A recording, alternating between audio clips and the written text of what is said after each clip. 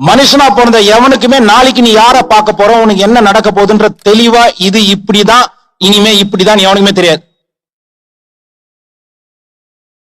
அதுதான் நீ கடவுளுக்கு சொல்ல வேண்டிய தேங்க்ஸே.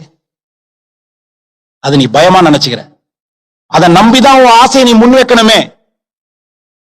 உனக்கு ஒரு குழந்தை பிறக்குது, பிறக்கும் போதே எக்ஸ்பைரி டேட்டோட வருது.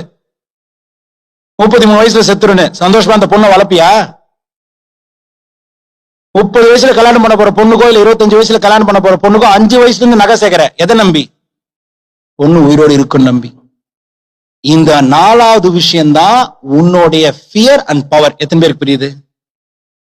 நீ எது நடக்காதுன்னு இந்த 3 விஷயம் உன்னை தடுக்குதோ, இந்த 3மே இருக்கட்டும், ஆனா 4வது விஷயத்தை நீ போக்கஸ் பண்ண மாட்ட.